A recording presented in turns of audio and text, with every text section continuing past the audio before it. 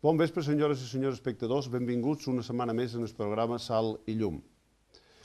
El govern balear, a través d'un organisme que es diu Fons Mallorquí de Solidaritat i Cooperació, ha organitzat unes jornades dedicades a la dona i de desenvolupament i també a tractar aquest problema del deute extern, una fàbrica de pobresa. Per parlar sobre aquestes jornades, i més en concret sobre el deute extern, hem contactat amb un dels conferenciants que han vingut aquí en aquestes jornades que venen de Barcelona. És en David Lliscar. Bon vespre, David. Com estàs? Bon vespre. Molt bé. Bueno, explica'm un poc què és aquesta història. Tu pertanys a un organisme que se diu Observatori del Deute en la Globalització. Exactament. Què és això? És un institut d'estudis que subministrem estudis pròpiament a organitzacions no governamentals o moviments socials que els requereixen, perquè nosaltres des de la universitat, estem a la Universitat Politècnica de Catalunya, a la càtedra UNESCO de Sostenibilitat, tenim, diguem-ne, l'espai per veure, per analitzar, per exemple, les empreses espanyoles com ara Repsol o Barceló, quin impacte tenen en països del sud i qüestions com ara els crèdits que el govern espanyol dona de forma molt silenciosa, però de forma molt potent, a governs com l'egipci o l'algerià o el de Burkina Faso, i que moltes vegades tenen unes finalitats que no són massa... O sigui, que justament creen la pobresa que estem intentant, diguem-ne, atacar entre el col·lectiu d'ONGs i el sector del desenvolupament. Dins d'aquesta observació vostra, vosaltres detectau, com detectau que realment aquests recursos que s'envien dels països rics en els pobres no se destinen per lo que s'han donat? Com ho detectau? Moltes vegades és a través dels contactes que tenim amb organitzacions del sud, amb organitzacions bolivianes, nicaragüenques, etc., que ens informen i a través de conèixer com es produeixen aquests fenòmens, com es genera el deute extern, per exemple, a través dels crèdits FAT, dels famosos crèdits FAT, que es donen a governs com ara el del Txad, a canvi de que aquests diners que rep el govern del Txad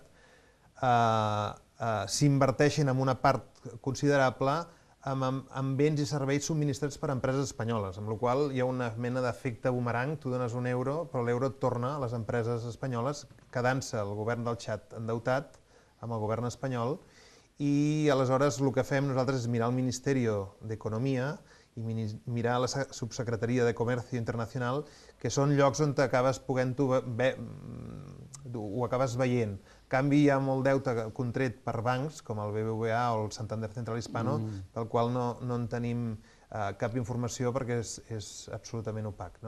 Aquest deute extern no només és el que s'apresta en els governs, sinó que el que s'apresta inclús també a empreses privades d'allà. Exactament. Posem pel cas una empresa d'Angola que quan fa una operació comercial per comprar tractors d'una empresa espanyola hi ha un moment en què hi ha un passiu i això es comptabilitza com a deute extern. Però clar, també pot ser que aquesta empresa d'Angola tingui un deute, o més aviat el govern angoleny tingui un deute amb el govern espanyol, per tant és entre estat i estat, o també que sigui un deute entre el govern angoleny i una institució més complexa, multilateral, com el Banc Mundial o el Fons Monetari Internacional. Llavors, aquí tenim diferents tipus de deute. Deute privat, deute bilateral públic i deute públic multilateral. Bé, tot això és molt tècnic, no en d'avorrís personal. Molt bé. Però, en concret, de quina forma afecta aquesta deute en els països que reben el préstec? Sí, els països rics s'han ben organitzat a través d'instruments com el mateix Fons Monetari Internacional per obligar els països del sud a que paguin, diguem-ne religiosament, com es diu. Aleshores, els països del sud es veuen, a través de diferents instruments coercitius que ara no explicarem, obligats a pagar abans el servei del deute extern, és a dir, els interessos i l'amortització del deute, dels préstecs que van ser donats històricament, en lloc d'invertir-los en, per exemple, escoles per escolaritzar els nanos, en hospitals per fer front, per exemple, a tots els malalts del SIDA a l'Àfrica, que cauen com a mosques, però en canvi el sud-africà o l'etíop que contrau la sida possiblement acabarà morint sense saber que té la sida i sense cap mena de prestació de l'Estat, perquè el seu Estat estarà destinant els pocs diners que té, els poquíssims diners que té, a pagar el servei del deute extern en lloc d'invertir en personal sanitari. Hi ha un deute que els països rics varen fer en els dictadors de distintes parts del món. En concret, hi ha els préstecs o el deute que tenia la dictadura d'en Videla a Argentina.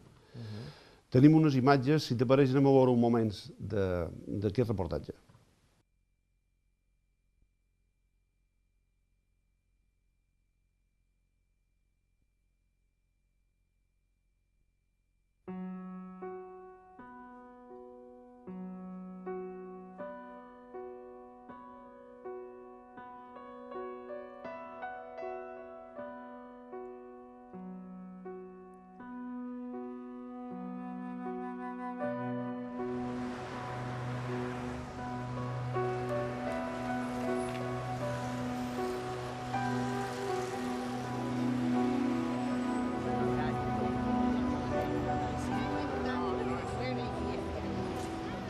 Pagar la deuda externa es para que nuestros niños mueran y sigue el hambre en este país.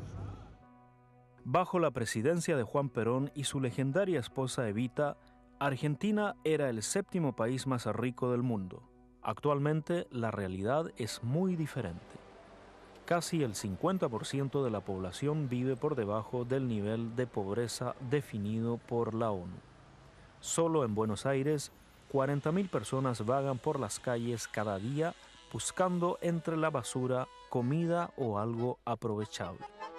Gitana triste, serás más triste cuando sepas que tu gitano se arrojó una noche al dolor. De acuerdo con las estadísticas oficiales, 55 niños mueren cada día de desnutrición y hambre, y la principal causa de esta tragedia es la monumental deuda externa de Argentina, que está cifrada en la asombrosa cantidad de 186 billones de dólares. En este momento la Argentina triplica el gasto social en intereses de la deuda. La consecuencia es directa. Los brutales generales argentinos dieron un golpe militar en 1976. 30.000 personas fueron asesinadas o desaparecieron durante el periodo en que gobernó la Junta. 5.000 de los desaparecidos fueron traídos aquí a la Academia Militar en Buenos Aires. Después de los interrogatorios y las torturas, muchos de los detenidos fueron arrojados al mar desde helicópteros militares con bloques de cemento adosados a sus piernas. Yo tengo 2 nietitas. Cuando lo mataron, una tenía 16 meses y la otra 21 días. Tengo 2 nietitas. La academia se convirtió en sinónimo de brutalidad, terror y tortura. En el 2004, 21 años después de que los generales fueron derrocados, la academia se abrió por primera vez al público. De ahora en adelante será un museo. Todos eran terroristas, subversivos, que no merecían vivir, ni ellos, ni los padres, ni la familia.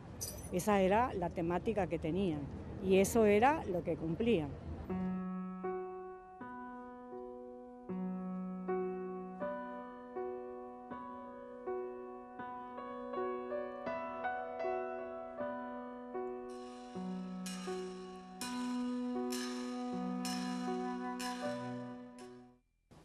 Continuem amb el programa dedicat al deute extern, amb en David Lliscar. Hi ha països que paguen i països que no paguen. Qui són els que paguen i els que no paguen? I per què paguen i per què no paguen? Quines són les causes? Se'ls acostuma a obligar molt ben obligats a pagar. En general, gairebé tots paguen. Sobretot perquè el qui paga és l'administració, que acostuma a ser, diguem-ne, controlada per les oligarquies locals. Per gent poderosa, diguem-ne, els efectes del deute no els afecten amb ells. Aleshores, ells van, diguem-ne, retallant trossos de l'Estat i convertint-los en diners per pagar aquest deute, no? Generalment paguen. Però en alguns casos històrics, com per exemple la crisi del 82 de Mèxic, Mèxic es va veure obligada a no pagar perquè d'on n'hi ha no en raja.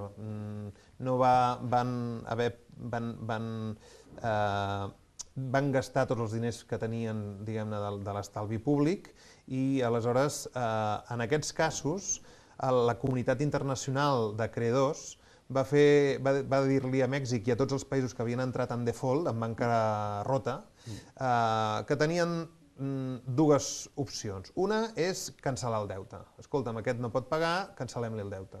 Segona opció és, escolta'm, això és un estat que té una companyia telefònica, una companyia de correus, una companyia de gas, de petroli, una companyia... Per què no es privatitzen aquestes empreses i amb els diners que ingressi l'Estat ens pagueu el deute extern? Això és el que va fer Argentina, per exemple. Això és el que va fer Argentina, que van fer tots els països d'Amèrica Llatina, gairebé tots els d'Àsia i de l'Àfrica. I els països queden empobrits totalment. Sí, perquè l'Estat deixa de controlar, diguem-ne, moltes esferes, com per exemple l'aigua, el subministrament d'aigua als barris pobres, perquè aquesta aigua ha sigut privatitzada i ara està en mans de transnacionals, per exemple Aigües de Barcelona, per no anar més lluny. Aigües de Barcelona, com que és una empresa, vol guanyar diners, com les empreses normalment, i el que fa és dir, bueno, aquí aquests barris no em surt a compte, instal·lar la infraestructura de sanejament i aleshores no hi posaré aigua. I llavors el que tenim són barris sencers que no tenen aigua, per dir alguna cosa. I l'aigua és una cosa bastant necessària. Sí. Anem a veure un altre moment d'aquesta forma de lo que va passar a Argentina amb el deute extern.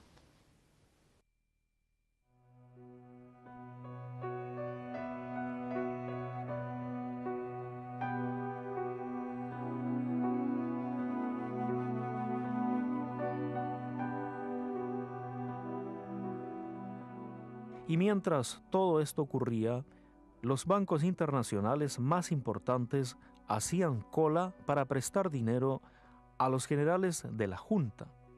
La deuda externa aumentó un increíble 600% durante la época en la que los generales estaban en el poder. La banca transnacional que prestó a la dictadura militar es cómplice del genocidio desarrollado en la Argentina. Quiero que sepan que la principal empresa endeudada en la Argentina fue la empresa petrolera del Estado argentino en la década del 70. Es muy difícil explicar que una empresa petrolera a final de la década del 70 necesitara préstamos, cuando los precios del petróleo crecían en forma importante en todo el mundo. Está claro que el Estado argentino, gobernado por militares, ayudó a las empresas públicas y hubo alguien que le prestó. Esos que prestaron fueron la banca transnacional para colocar sus excedentes de dinero en un momento que había baja rentabilidad económica en los países capitalistas desarrollados. Son cómplices.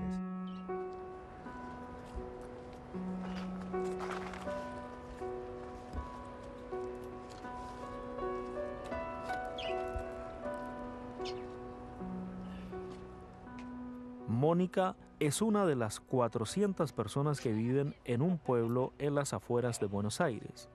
La gente aquí tiene que ganarse la vida recogiendo cartones y basura. No tenemos agua potable, tenemos que andar acarreando del barrio vecino, tenemos que juntar en tachos, en baldes, y la municipalidad en este momento nos manda un camión por semana nada más de agua.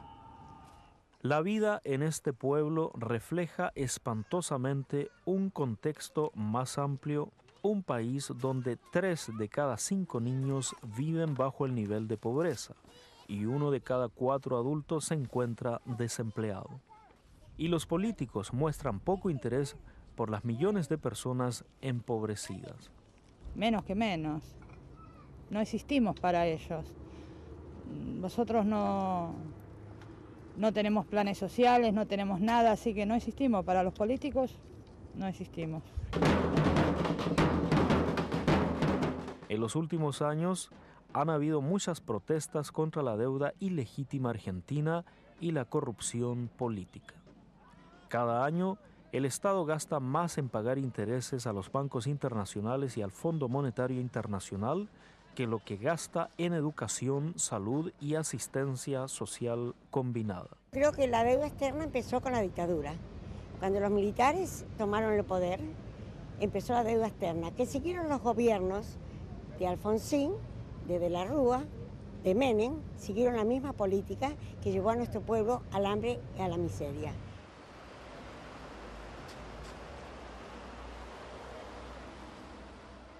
En los edificios de los bancos internacionales en Buenos Aires, casi a diario aparecen pancartas denunciando a estos bancos como ladrones. La Corte Federal Argentina ha declarado las deudas a los bancos internacionales ilegítimas e ilegales. Nosotros estamos pagando una deuda totalmente ilegítima y moral, y por eso esa deuda sigue creciendo. Esto que señalaba antes, más pagamos, más debemos y menos tenemos, son las consecuencias que hoy sufre el pueblo argentino. El argentino Adolfo Pérez Esquivel, condecorado con el Premio Nobel de la Paz, está profundamente comprometido en la protesta contra la deuda externa de su país. El laureado ha creado una organización para luchar contra los bancos internacionales. Hipócrita es aquel que conoce el precio de todo y el valor de nada. Es esto. Los bancos sabían perfectamente lo que estaba pasando, sin embargo, le prestaban a la dictadura porque hacían negocio con la dictadura. Pero hicieron negocio con Saddam Hussein. Hicieron negocio con toda la dictadura sabida y por haber. Porque no tienen ética, no tienen moral, no tienen responsabilidad con la humanidad. Ellos simplemente ven números y vuelvo a insistir, no quieren ver los rostros de los hombres, mujeres y los niños que se mueren de hambre.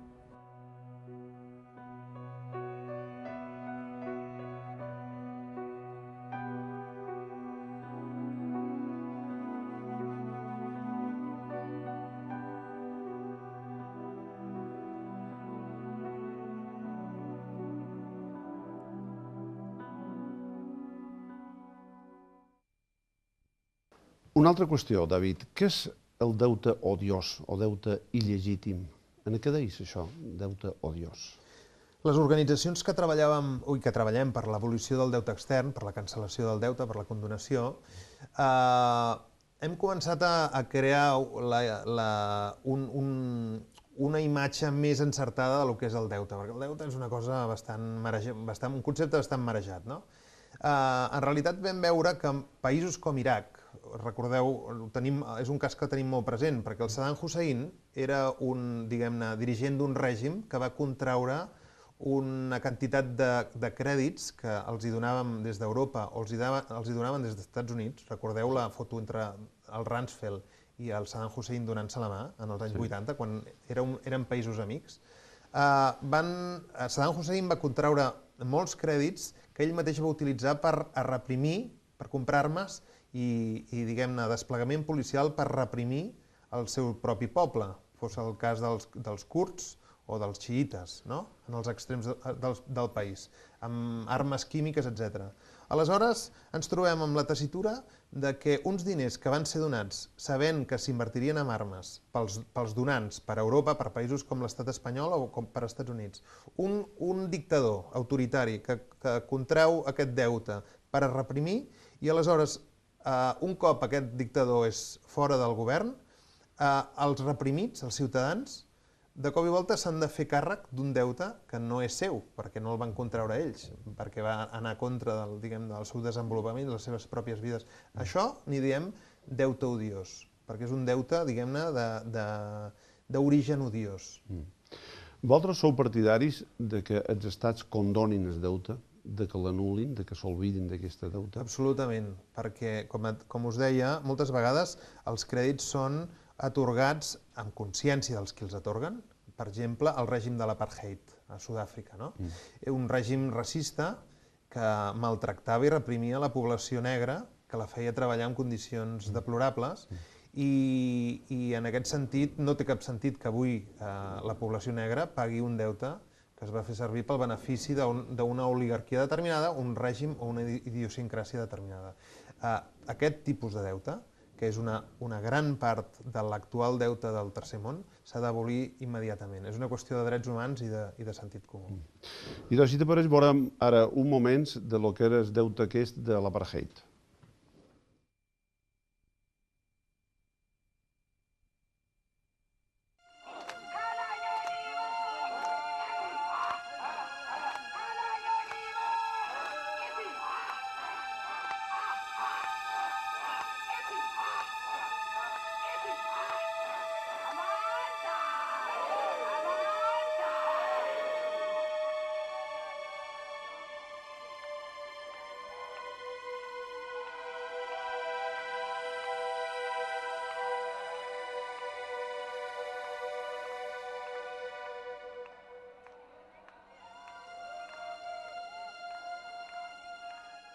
The poor people are paying with their lives. They are paying for electricity, they are paying for water, for schooling, all services which they should be getting for free, because now the money is being channeled to repay the apartheid debt.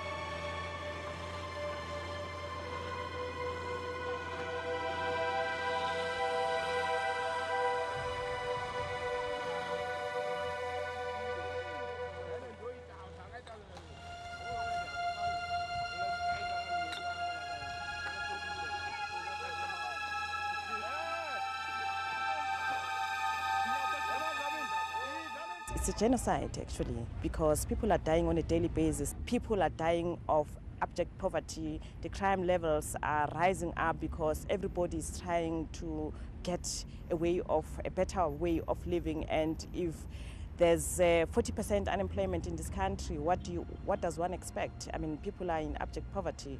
When people put the ANC into power in 1994, they were putting them in power because they had promised a better life for all, but now it has changed. It's a better life for some and hell for the rest of us, and that is the consequence of the repayment of the apartheid debt.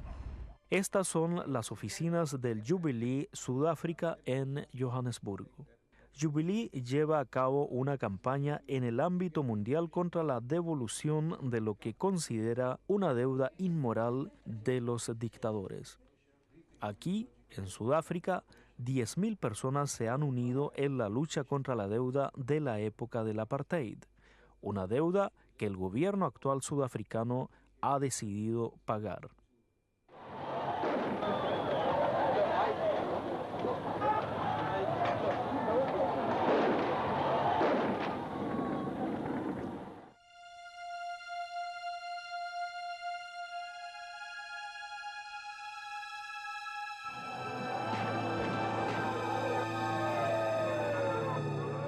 The apartheid debt was used to prop up the apartheid machinery. The military, the parastatals, the energy, the killings, the repression that went on. So it is an illegitimate debt. But the present government has chosen to pay that debt back. It has serviced that debt to the tune of over 500 billion rand since taking power in 1994. So we've paid twice. We paid during the apartheid era, and now the majority of South Africans are paying because the rich are getting richer in South Africa and the poor are getting poorer. The issue that we need to really campaign for all over the world is corporate accountability. Corporates cannot be allowed to walk into any country and support any authoritarian regime that has got no respect for basic human rights and get away with it scot-free. Las naciones africanas tienen una deuda acumulada que excede los 500 billones de dólares americanos. Una gran parte de esta deuda fue adquirida bajo los gobiernos de dictadores corruptos. Tu com veus els països que són acreedors, els veus en disponibilitat de condonar aquest deute o no? Perquè se'n parla d'això, però no sabem si en realitat o se condona en part. Teniu constància d'això? Pels països acreedors, com l'estat espanyol, el deute és una minúscula entrada de diners en comparació amb l'economia que tenim i altres fluxos com a comercial, etc., amb l'exterior. Seria molt fàcilment condonable, no? Hi ha càlculs que diuen que amb 2 dies de despesa militar de l'exèrcit espanyol cancel·laríem el deute extern que tenen els països del sud amb l'estat espanyol. Ara, pels països del sud, pagar aquest deute són molts diners. De fet, governs com a l'Equador, i aquest el coneixem perquè tenim entre nosaltres molts equatorians, amics nostres, germans nostres que s'han vist obligats a emigrar, a l'any 2000, per exemple, dedicaven gairebé la meitat del pressupost públic no a hospitals, no a educació, no a, diguem-ne, a remuntar la seva situació de pobresa, sinó a pagar el servei del deute. Per ells és molts diners.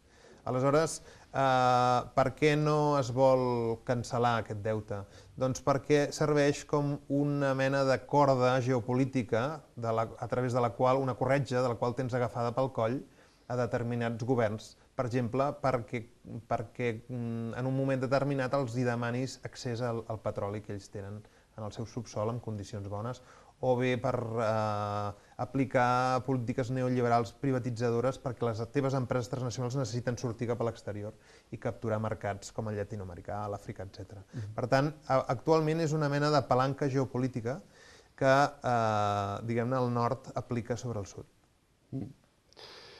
Hi ha governs, jo he llegit i he sentit comentar, que hi ha governs que actualment prefereixen subvencionar i donar ajudes a ONGs que treballen al tercer món que no deixar els diners en els governs, degut a la corrupció. És ver això? Teniu constància d'això? No, no tenim constància d'això. Diguem-ne, en general, els bancs ho saben, els banquers ho saben, donar un crèdit és una qüestió bastant, diguem-ne, complicada perquè després has d'anar darrere que te'l tornin, no? Generalment els crèdits es donen a governs o a projectes com la construcció d'una megarepresa, diguem-ne, liderada per un consorci de constructores, però poques vegades els crèdits es donen a les ONGs, perquè les ONGs, bueno, ni els hi toca, diguem-ne, ni tenen la capacitat moltes vegades de gestionar tantíssims diners, no? Aleshores, la història ens ensenya que principalment han sigut règims corruptes els que han rebut crèdits, com el de Mobutu Sese Seko, per exemple, al Zaire, o el de Marcos, de Ferdinand Marcos, de Filipines, justament perquè eren governs amics que, diguem-ne, obrien, més enllà de la protecció dels drets humans i dels drets dels seus ciutadans, obrien el pastís dels seus recursos naturals als països que justament donaven aquests crèdits. D'alguna manera era com comprar el portero perquè t'obri la porta i et deixi menjar-te tota la despensa. És igual si aquesta despensa després va per una sèrie de nens que són els que viuen en aquell territori. Així és que s'ha aplicat moltes vegades el deute, els països més corruptes són els més endeutats. Fixeu-vos que els que més deuen a l'estat espanyol, per exemple, són països com Algèria. Però Algèria què té per nosaltres d'interessant? El gas i el petroli. Encara que sigui una dictadura en forma de democràcia, nosaltres hi continuarem donant préstecs perquè ens interessa el seu petroli i el seu gas. Tornant a el que deies de l'apartheid, hi ha una qüestió que era sangrant, que és aquelles ajudes que se feien per remediar el sida i que llavors s'utilitzaven d'una forma corrupta, s'injectaven sida. Explica'm aquesta història, que jo he sentit alguna cosa però no sé exactament en què consistia. Sí, Sud-àfrica de l'apartheid, com us deia, van ser uns llargs anys de vida molt terrible, diguem-ne, per una part molt grossa de la població, sobretot els negres. En aquell temps també és quan va proliferar la sida i el govern diguem-ne, en la seva voluntat d'atendre els malalts de la sida, donava un petit subsidi en aquells, o una prestació en forma de diners en aquells que contraguessin la sida. Era tal la pobresa que molts adolescents, per ignorància, es van injectar la sida, ells mateixos es van contaminar per poder rebre aquests diners. Però això d'entendre que un tractament sobre algú que estigui infectat amb el VIH requereix un tractament que és costós i que requereix una sèrie de fàrmacs. El fet de que un estat no pugui afrontar els costos d'una malaltia que sense ser curable del tot, sí, a través del tractament un pot prolongar la seva vida fins, diguem-ne, molts anys, ensenya que els països de l'Àfrica subsahariana, molts, perquè han hagut de pagar el deute extern, no han pogut, diguem-ne, salvar les vides de milers i milers i milers dels seus conciutadans. D'alguna manera podríem acabar dient que el deute extern ha provocat milers i milers de morts innecessàries de gent que podria haver-se curat. I parlem de la sida, en aquest cas, i en aquest cas de Sud-àfrica, però parlem d'hepatitis, de diarrea, de malària i d'un seguit de malalties que pel sol fet de proliferar en països del sud, del tercer món, no s'estan curant i, entre altres coses, la raó és el deute extern. Anem a veure una altra estona d'aquest deute extern a l'apartheid. El peor ejemplo en África es probablemente el Congo, donde el brutal dictador Mobutu Sese Seko dejó una deuda de 175 billones de dólares americanos tras ser derrocado en 1997. Gran parte de la deuda fue acumulada por préstamos proporcionados al dictador congoleño por el Fondo Monetario Internacional. En un documento secreto, el FMI admitía que la corrupción impediría que los acreedores obtuvieran su dinero. A pesar de esto, el FMI concedió préstamos a la dictadura de Mobutu. The debt of Africa is so huge that some countries spend up to 2/3 of the national income servicing debt. Some African countries spend up to 5 times servicing debt than what they spend on essential services. La prisión de Robben Island, en la costa de Cape Town, era conocida como el agujero del infierno en la época del apartheid. Las Naciones Unidas declaró el apartheid como un crimen contra la humanidad. A pesar del boicot internacional contra Sudáfrica, 14 grandes bancos internacionales continuaron concediendo préstamos al brutal régimen. Cuando Nelson Mandela salió de la prisión de Robben Island en 1990, estos bancos le prestaron una factura de unos 21 billones de dólares americanos. The debt is odious or illegitimate because it was taken not for the well-being of the general public, but for a sectional group of people. It was taken by a government which legitimized discrimination on basis of race. El actual gobierno de Sudáfrica afirma que ha escogido pagar las deudas adquiridas durante el apartheid para no asustar a importantes inversores internacionales.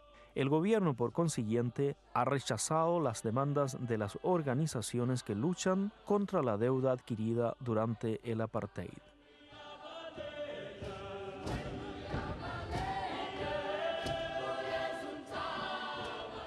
El arzobispo de Cape Town, Njongonkulu Nungane, es, por su parte, uno de los que apoyan las demandas expuestas por organizaciones tales como la Jubilee Campaign.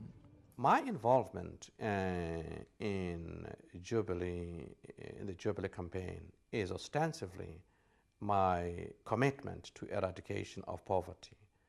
And I have a dream of a world with a human face. And the Jubilee concept is a biblical concept that periodically there's a review of who owes whom anything so that the slates are cleared. El arzobispo Nungane estuvo encarcelado en Robben Island durante 3 años. Él considera la deuda del apartheid inmoral. It is immoral for poor countries to be paying something like 2.5 billion US every year in servicing debt when they can't afford to have clean water for people, sanitation, health services, education. La líder de Kulumani Support Group es la activista por la paz Marjorie Jobson. En la era del apartheid, ella lideraba una organización de mujeres blancas contra el régimen. Actualmente encabeza una demanda iniciada en un tribunal de Nueva York contra 23 compañías internacionales. The companies that have been targeted in this action are companies that we could directly link to having enabled the apartheid government to survive as long as it did survive. So there are banks in mainly Switzerland and Germany. There are oil companies who provided petroleum. South Africa has no natural petroleum supplies, so companies obviously kept South Africa in oil. And companies that provided computer technology to the security agencies of South Africa, and there were multiple security agencies.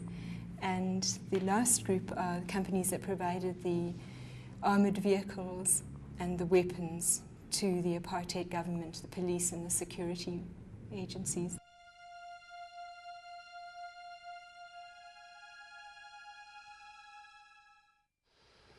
Estem parlant amb en David Lliscar de l'Observatori del Deute en la globalització, per ahir que se diu així, no? Molt bé. Hi ha bancs o governs que deixen dobbers de bona fe pensant que els hi tornaran. Però de vegades se donen préstecs, antes ho has ja insinuat, se donen préstecs a consciència de que saben que els dobbers no se poden tornar. Quina classe de préstec, quina maniobra hi ha aquí, quins interessos hi ha? Deixar dobbers a canvi de que saben que no els tornaran. Nosaltres hem estudiat, nosaltres que, entre altres coses, sortim del moviment per l'evolució del deute extern a l'estat espanyol, vam investigar com es generava el deute espanyol, no? El deute que tenen els països del sud amb l'administració espanyola, històricament. I ens hem adonat que els dos instruments que els generen, un són els crèdits FAT i els altres són la Companyia Espanyola de Seguros de Crédito a l'Exportació, no? Una companyia que assegura inversions.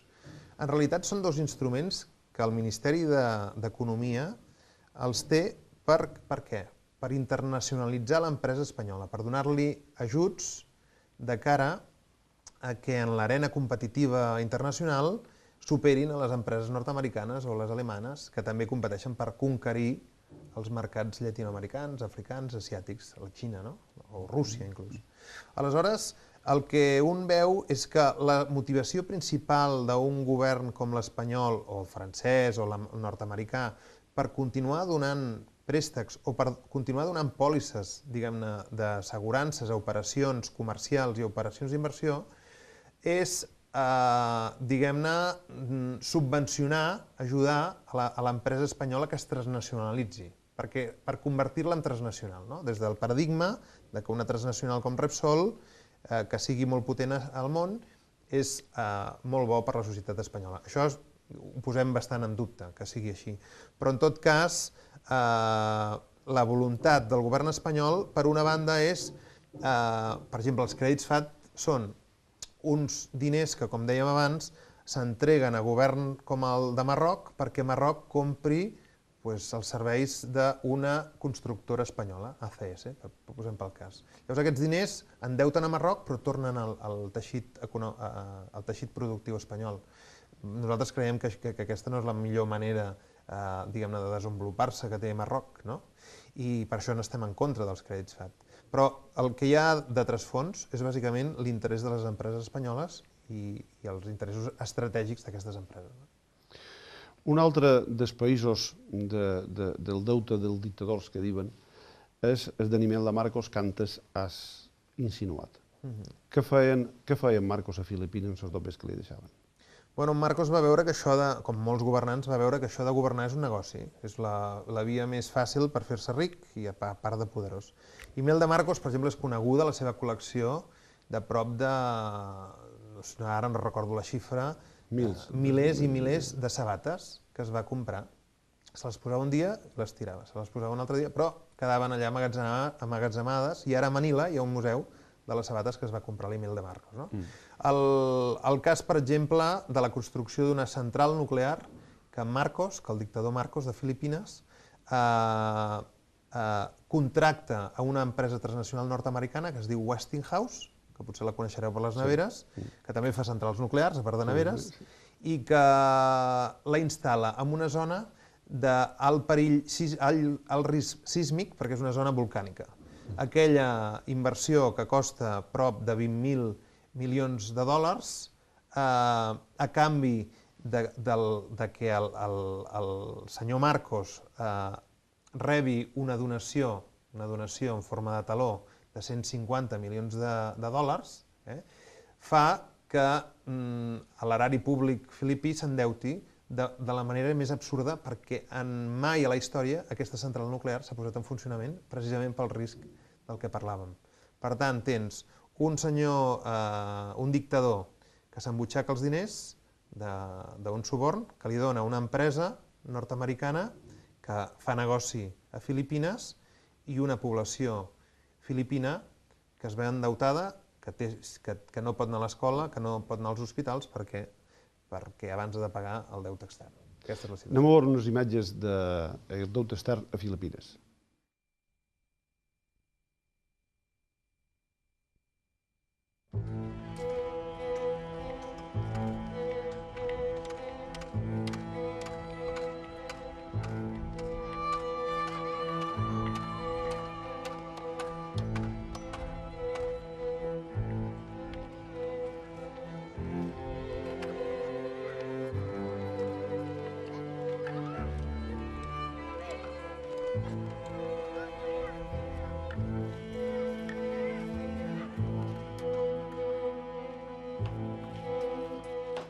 Kadalasan ng mga bata dito hindi nag-aaral dahil walang ipaaral yung mga magulang.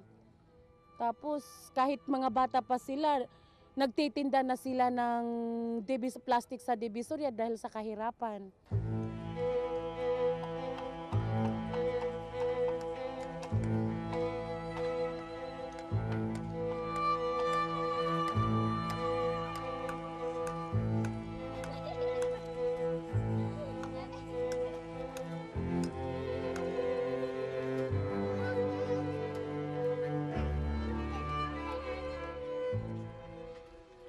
Slum areas in Manila is terrible.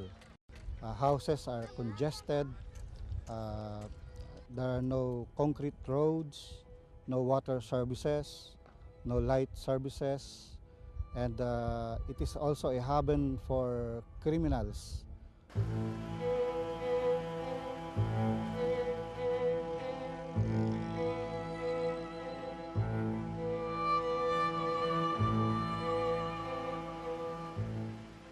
Almost 1/3 of our entire national budget every year since 1986 goes to repayment of foreign debt. Because of this, we have less money left for financing our social services like health for our public hospitals.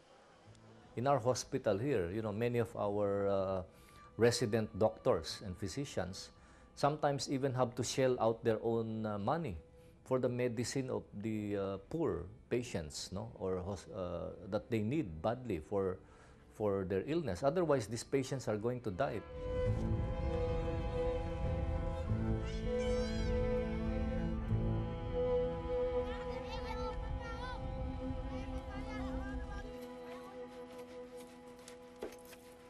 Hintuan na yung pangungutang sa ibang bansa, parang itigil na itong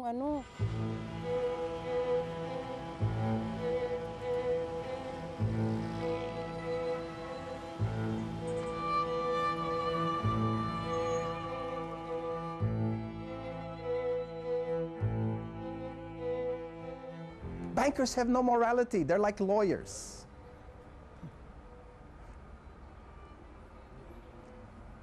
Their task in life is intermediating risk.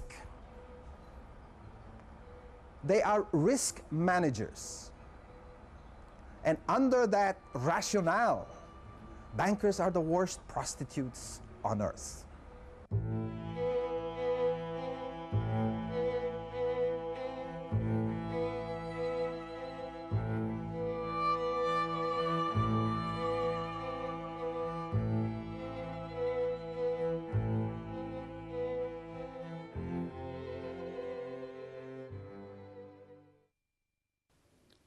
Hi ha cap tipus de mesura judicial, no, perquè seria molt complicat, però mesures polítiques pels impagats. Què fan els acreedors quan un estat no paga? Primer el que fan és organitzar-se bé. Estan organitzats en clubs. El Club de París reuneix els estats acreedors. Els Estats Units, França, Espanya.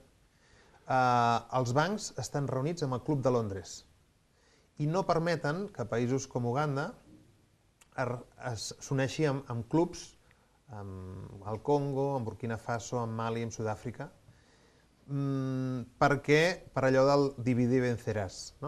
Aleshores tenim una comunitat d'acreedors que estan ben organitzats i una comunitat d'endeutats que està molt dispersa.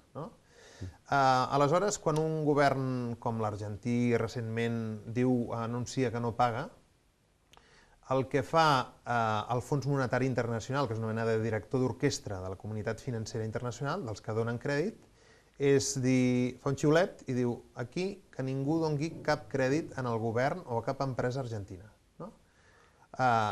Sabem que, diguem-ne, els governs que fan moltes promeses durant la seva etapa electoral, si no les compleixen, després els foten al camp.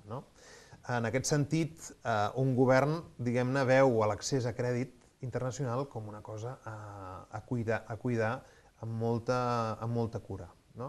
Per tant, sempre preferirà pagar el deute extern que no que se li talli el crèdit internacional. I és per això que, generalment, gairebé tots els governs, a costa de la seva població, paguen religiosament el deute extern. Aquest deute extern, nosaltres supos que tenim, l'estat espanyol té deutes i també té préstecs donats. Això, de quina forma ens afecta a nosaltres, els ciutadans de peu, del carrer? Ens afecta això? Els ciutadans, diguem-ne, de l'estat espanyol, poc, perquè en general, quan un govern, quan una economia comercia amb una segona economia, per exemple, perquè li compra tractors, li compra soja per fer biodièsel, generalment sempre hi ha uns passius que es produeixen per aquestes mateixes operacions comercials i això és un deute que es diu estructural, que és un deute correcte, està bé. Però el problema ve amb economies com les del tercer món, les economies del tercer món, que és la major part del planeta, que és una economia que viu i que ha reestructurat els seus cultius, les seves indústries petites, per poder vendre a l'exterior, ingressar divises en forma de dòlars o d'euros i amb aquests euros poder pagar el deute extern. I viuen així, amb una mena de quiero y no puedo, durant els últims 40 anys de la història, des que molts s'han independitzat fa justament 50 anys, 60 anys, han viscut endeutats amb l'aigua fins al coll i no s'han pogut, diguem-ne, dedicar a desenvolupar les seves societats. És per això que l'any 2008, avui a l'actualitat, el món, a pesar de tant desenvolupament tecnològic, està igual o pitjor que fa 20 anys. I això ho diuen les estadístiques del Banc Mundial, que no és precisament una font d'informació molt progressista. Anem a veure un altre moment del deute extern de Filipines.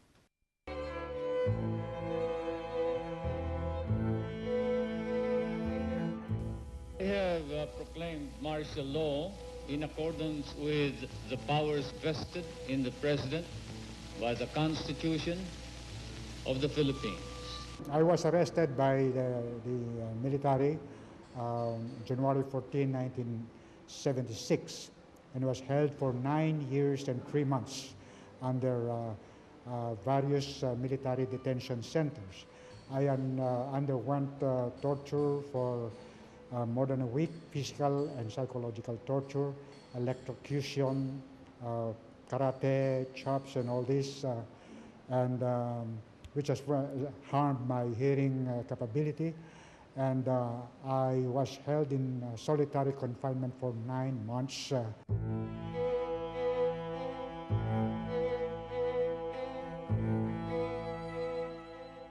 El dictador Ferdinand Marcos gobernó las Filipinas durante 20 largos años. Marcos declaró la ley marcial en su país en 1972. Disolvió el Congreso y cerró los medios de comunicación que no apoyaban su régimen. Durante la dictadura de Marcos, 30.000 activistas fueron arrestados, puestos en prisión y torturados. Miles fueron asesinados o desaparecieron.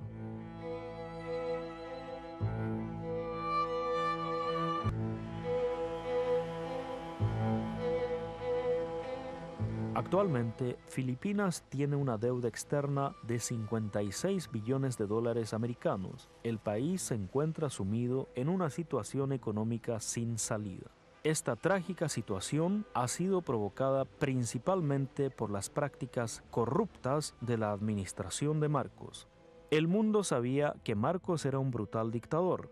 Sin embargo, varias instituciones financieras de carácter global hacían cola para prestar dinero al régimen. It was very corrupt.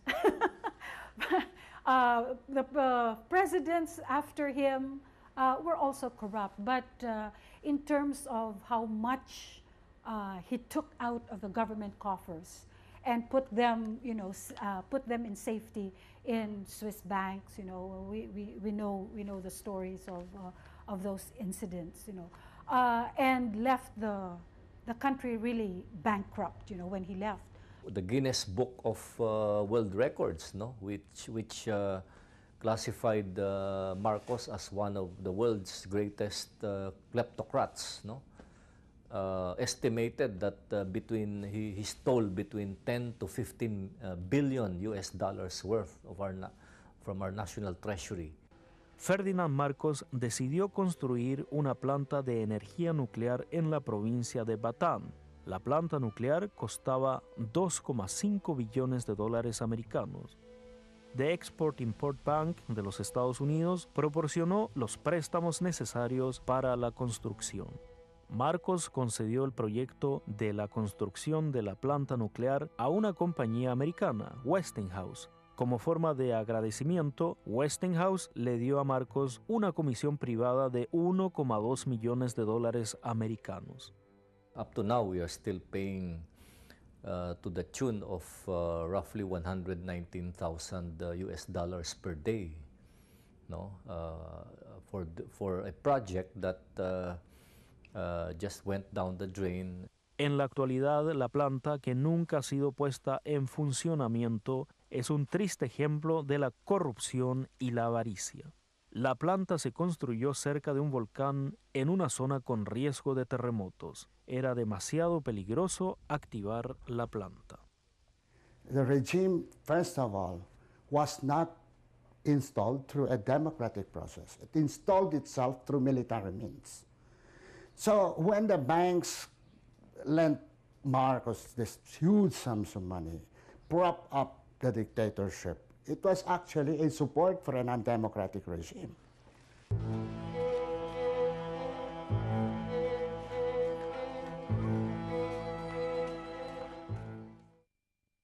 Molt bé, anem a acabar ja en el nostre programa perquè el temps ja s'ha complit. Hem tingut una entrevista molt agradable amb David Lliscar, que aquests dies ha vengut aquí a Palma, juntament amb altres companys seus, per fer unes jornades sobre el tema del deute extern. Com han anat aquestes jornades? Què és el que preteniu? Quin és l'objectiu d'aquestes jornades? Bueno, ha anat bé, diguem-ne, com acostumen a anar aquest tipus de jornades. El nostre objectiu, juntament amb el Fons Mallorquí, era la de difondre problemàtiques que estan molt allunyades, diguem-ne, físicament, a milers de quilòmetres, són les que expliquen moltes coses com la immigració o com els problemes que el sector de les ONGs intentem resoldre. Difondre i també denunciar quan alguns dels problemes provenen de nosaltres mateixos. Bé pel nostre model de consum del petroli, per exemple, que està vinculat d'alguna manera amb problemes com les guerres que hi ha a països de l'Orient Mitjà, o sigui a través del deute extern, perquè el nostre govern concedeix crèdits a dictadors o per comprar armes, o sigui a través del comerç internacional o de formes molt diverses, a través de l'emissió de CO2, per exemple, pel nostre model d'industrialització. Llavors, nosaltres, la nostra tasca, una de les nostres tasques fortes és difondre, sensibilitzar, investigar prèviament i fer pressió al govern espanyol. I amb quins mitjans comptau? A part d'aquestes conferències en directe, teniu altres publicacions, altres mitjans de comunicació que empreu, vosaltres? Sí, sempre que podem participar com ara en una televisió estem encantats, perquè és un mecanisme de masses. Publiquem a diaris, fem llibres, tenim un màster a la Universitat Politècnica de Catalunya en la que analitzem la globalització actual des de l'economia ecològica i fem prop de 180 xerrades a l'any. Som bastant xerraires nosaltres. Sí, dins tota la península. Sí, exacte. I fins i tot proposem lleis al Congreso de los Diputados perquè regulin la concessió de crèdits, perquè condonin el deute extern. I els mitjans, diguem-ne, són bàsicament ajuntaments o fons com el Fons Mallorquí o el Fons Català que destinen uns diners a la sensibilització i a la cooperació del sud. Molt bé, moltíssimes gràcies, David. Ha estat molt agradable aquesta conversa i crec que feis una tasca que és molt interessant. Gràcies una vegada més i fins una altra jornada. I a vostès, senyors espectadors, esperam que aquest programa hagi estat del seu gust i vos donem les gràcies per l'atenció prestada. La setmana que ve tornem a estar amb vosaltres aquí en el programa Sal i Llum. Bona nit.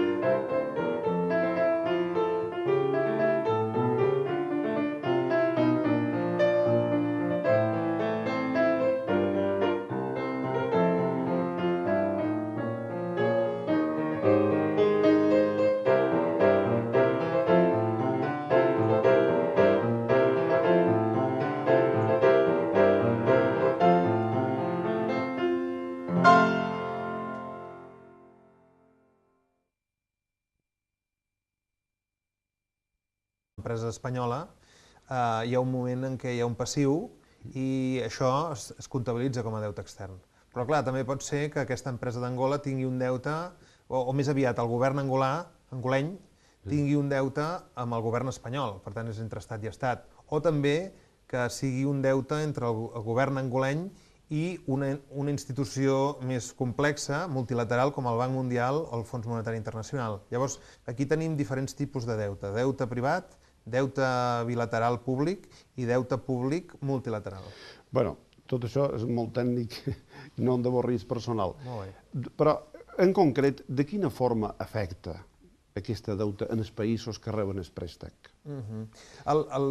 Sí, els països rics s'han ben organitzat a través d'instruments com el mateix Fons Monetari Internacional per obligar els països del sud a que paguin, diguem-ne religiosament, com es diu.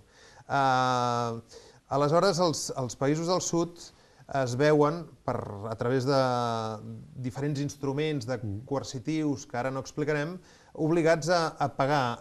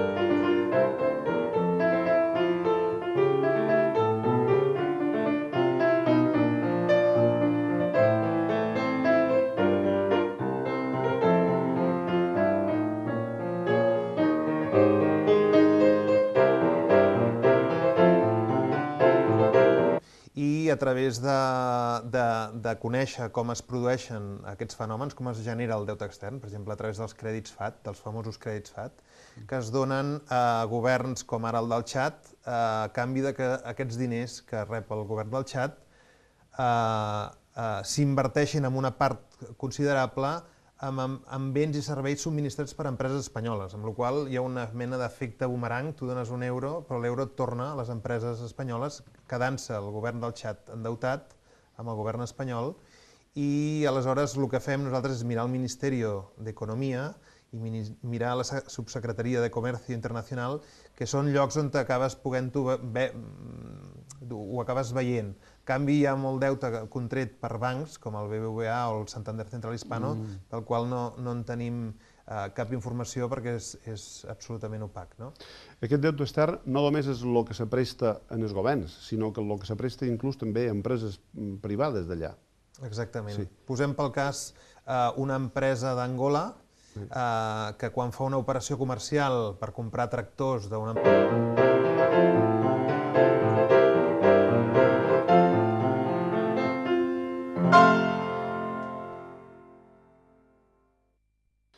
Bon vespre, senyores i senyors espectadors. Benvinguts una setmana més en el programa Sal i Llum.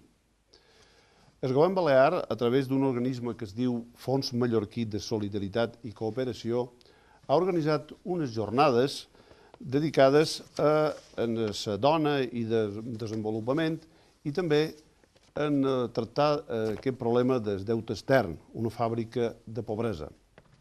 Per parlar sobre aquestes jornades, i més en concret sobre el deute extern, hem contactat amb un dels conferenciants que han vingut aquí en aquestes jornades que venen de Barcelona.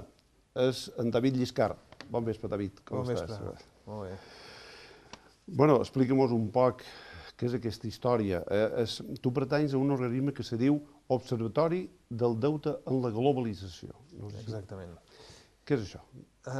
És un institut d'estudis que subministrem estudis pròpiament a organitzacions no governamentals o moviments socials que els requereixen, perquè nosaltres des de la universitat, estem a la Universitat Politècnica de Catalunya, a la Càtedra UNESCO de Sostenibilitat, tenim, diguem-ne, l'espai per veure, per analitzar, per exemple, les empreses espanyoles com ara Repsol o Barceló, quin impacte tenen en països del sud i qüestions com ara els crèdits que el govern espanyol dona de forma molt silenciosa, però de forma molt potent, a governs com l'egipci o l'algerià o el de Burkina Faso, i que moltes vegades tenen unes finalitats que no són massa... O sigui, que justament creen la pobresa que estem intentant, diguem-ne, atacar entre el col·lectiu d'ONGs i el sector del desenvolupament. Dins d'aquesta observació vostra, vosaltres detectau, com detectau que realment aquests recursos que s'envien dels països rics en els pobres no se destinen per lo que s'han donat? Com ho detectau?